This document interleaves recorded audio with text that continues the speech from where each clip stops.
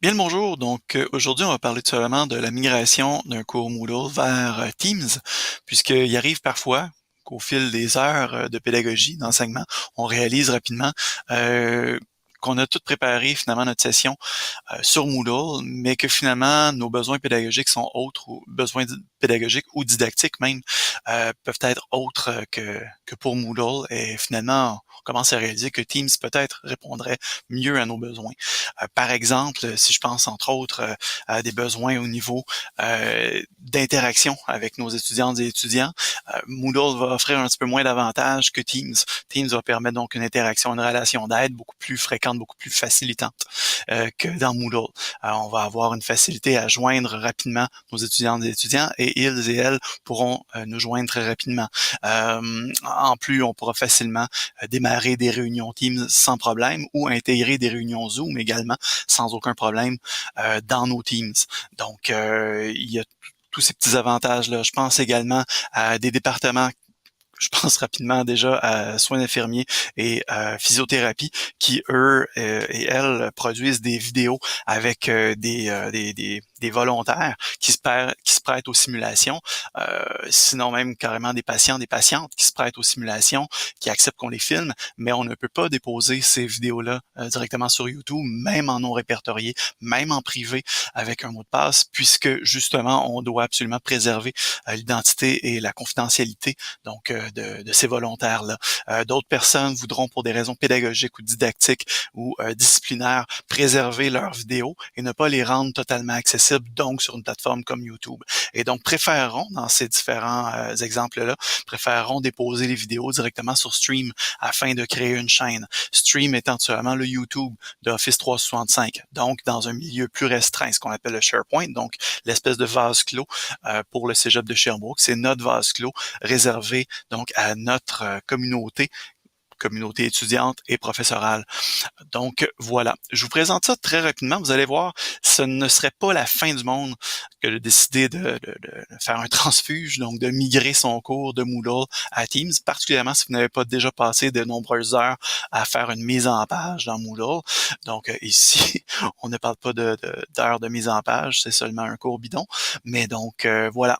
Petit exemple très rapidement. Donc, évidemment, le contenu pourrait facilement et rapidement se migrer. Première des choses, on passe tout simplement à Teams, et dans son Teams, on arrive dans la grande page d'équipe.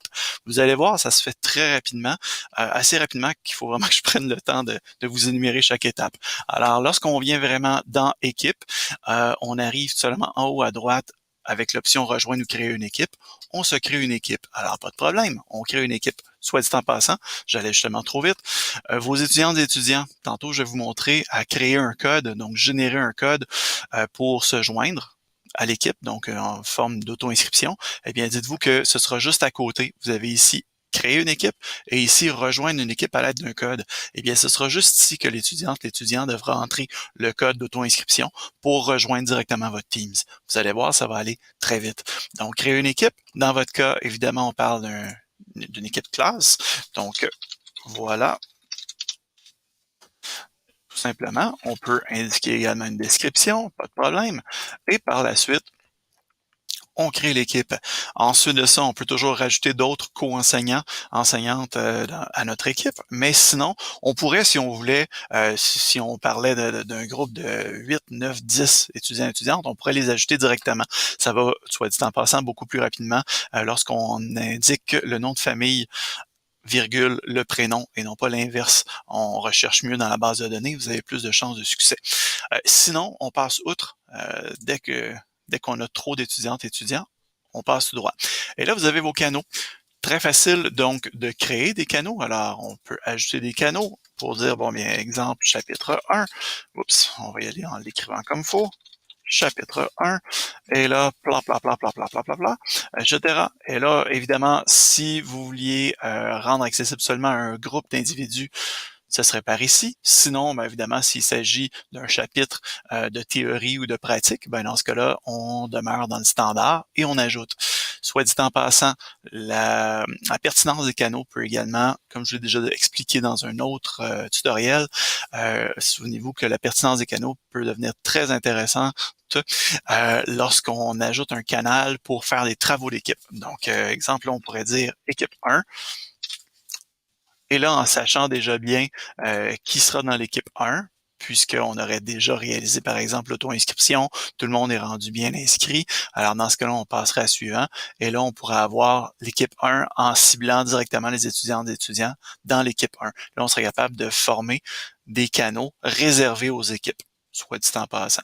Ça permettrait donc un travail d'équipe par canal et on serait capable d'aller participer aux discussions d'équipe directement et également aux réunions Teams, donc aux visio d'équipe directement. Alors, je pourrais passer de 1, je joindrais la réunion, je quitterais la réunion, j'irais dans l'équipe 2, etc.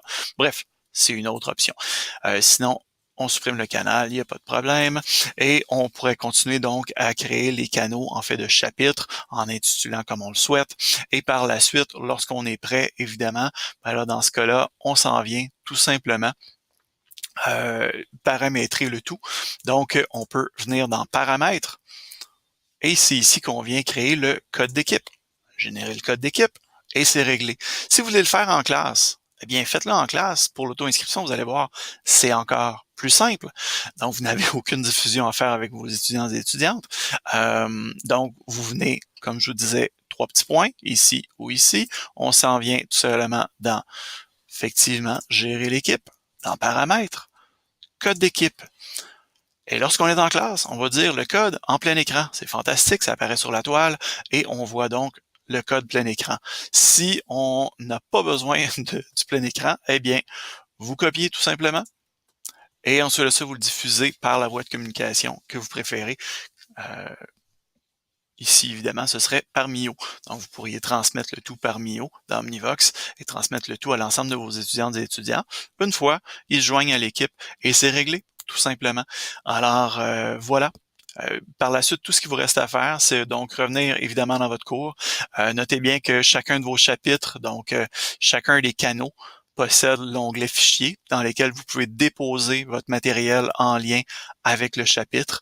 Et évidemment, pour chacun des chapitres, si vous avez des devoirs, vous pouvez rajouter, excusez-moi, pas ça du tout, mais donc vous pouvez venir rajouter évidemment des notes, oui, publications, etc. Mais vous pourriez également rajouter les devoirs. Sinon, en général, donc dans l'onglet général, vous pourriez rajouter également des devoirs sans problème.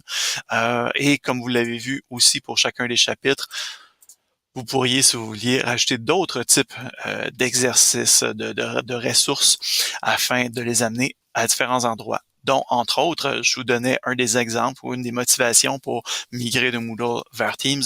Vous pourriez associer une chaîne stream directement à votre chapitre pour dire, bon, bien, voilà, telle chaîne, c'est vraiment l'avantage pour ce chapitre, etc. Sinon, simplement le faire à partir de Général. Vous pouvez également, donc, associer une chaîne stream dans Général et la beauté de ça, c'est qu'en créant directement votre Teams, de toute manière, tous les étudiants, toutes les étudiantes qui se seront auto-inscrits dans votre Teams feront donc partie du groupe et le groupe sera automatiquement lié à votre chaîne si vous créez votre chaîne avec le groupe. Alors le tout fera un tout, justement. Donc, ça fera un ensemble d'accès, finalement, bien associés ensemble. Donc, ce sera facilitant pour vous de cette manière-là. Alors, si vous avez des questions, n'hésitez pas, tic.sser@cégeps-sherbrooke.qc.ca vous permettant donc de joindre Sylvain comme moi, donc tic.sser@cégeps-sherbrooke.qc.ca. Je vous remercie beaucoup. Je vous rappelle évidemment que les 3 plateformes sont toujours aussi soutenues, c'est-à-dire évidemment Léa dans Omnivox, Moodle dans Moodle avec Zoom intégré, ainsi que Teams dans Office 365. Merci, bonne journée.